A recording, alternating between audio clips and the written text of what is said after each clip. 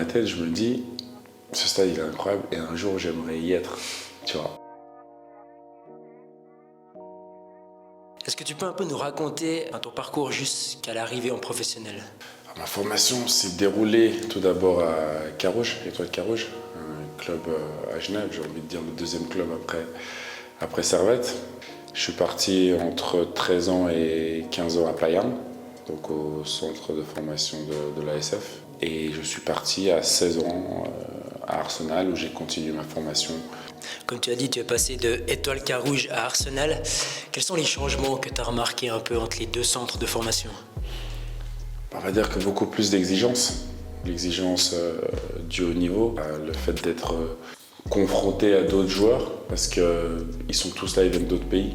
Donc il y a on va dire qu'il y a un travail à faire au niveau de cette concurrence indirecte, même si on est tous là, on est souvent amis, au final on est certains pour la même place et certains pour le même rêve, et on sait que c'est pas forcément réalisable pour tout le monde, mais après pour d'autres facteurs. Mais je pense que c'était vraiment ce genre de point-là qui était déterminant, c'était justement l'exigence de, voilà, si tu veux y arriver, ça dépend de toi et de personne d'autre.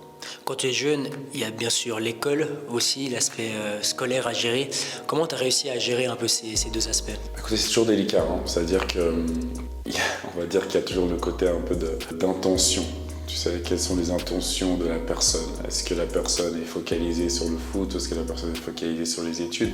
Je pense que de combiner les deux, c'est important, mais à un moment donné, il y a toujours un choix qui doit être fait. Mais c'est clair qu'il vaut mieux quand même avoir en tout cas une certaine connaissance pour l'après, ou même si on ne devait pas y arriver.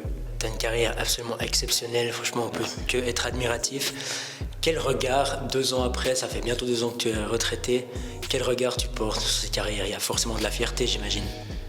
Ouais, c'est toujours, tu sais, ça prend du temps hein, à réaliser ce qu'on fait, mais j'en parlais, en fait, j'en parlais tout à l'heure même, et ce moment-là me fait réaliser à quel point tu peux être fier de quelque chose. C'est-à-dire que l'anecdote, c'était que j'avais un grand ami avec qui on jouait à Étoile Carouge ensemble, on était petits, et on était les deux fans du Milan AC.